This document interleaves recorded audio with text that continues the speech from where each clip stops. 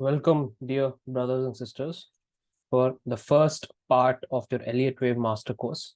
This is the beginner course, and after this, we'll have your intermediate course. Okay, we will discuss key points, and you will learn a lot of things. And I hope you understand the concept clearly. Obviously, if you have any comments, if you have any feedbacks, if you have any questions, you can post them in the comments box. I will reply to them as soon as possible. All right. So let's begin with your course, part one, beginner.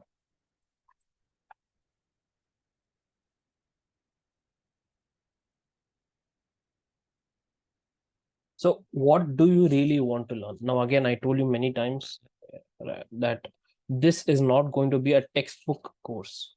Okay, meaning whatever is available in the textbook, you can have a look at it. You can go to Google, you can search for Elliot waves. It's up to you. But here I am trying to teach you how I learned it. I keep saying the same thing, that you cannot learn, meaning you cannot learn from a textbook. Read for a textbook and learn driving, meaning you have to go to the road and drive by yourself. Only then you will gain experience. You'll learn the different scenarios.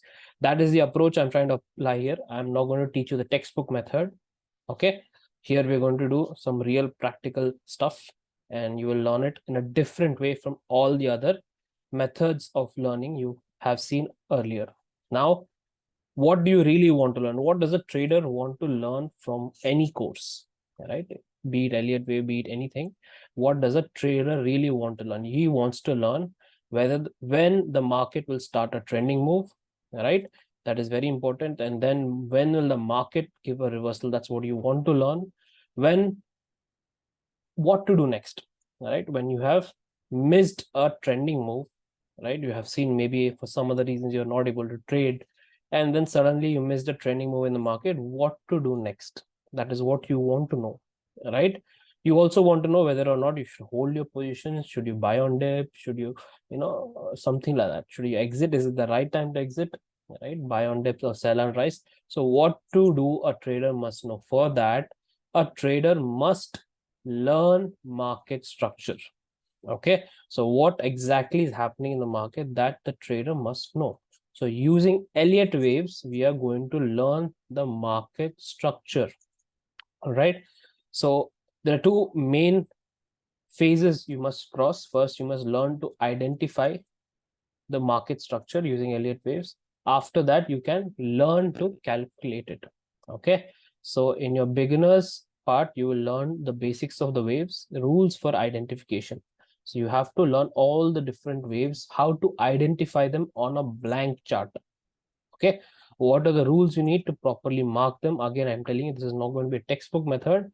What is not there in a textbook and what you see in the market, it's like after you graduate from college and you do a job, right? No more, whatever you learned in college, you're not applying it, you're applying something else in your job. So there is a disconnect.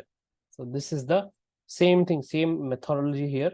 There is a disconnect from what you learn from your textbook and what you do in the markets. So this master course will give you the connect between those two. Okay, so in the intermediate stage, you'll learn how to calculate the waves, subwave theories. You'll use Fibonacci extensions, retracements, price channel theory, and high probability setups. Much more will be there in the intermediate. But before you go there, you have to understand how you identify the waves in a blank chart. Okay, so before we get into that, you must know who the author is, who put his time and effort to understand Elliott wave back in the 1930s. His name is R.N. Elliot.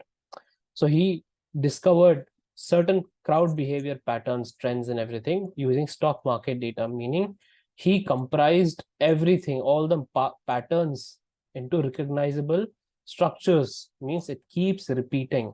Okay, the stock prices and shares in structural design, shares a structural design to that reflects the harmony found in nature. Meaning what? Means that how can the market structure be compared with nature? That is what he has solved. So let's quickly look at an example. Here is a human body, right? We all know this is a human body. The human body is divided into five main parts, right? One head. Before we are born, we were a single cell organisms, we divided.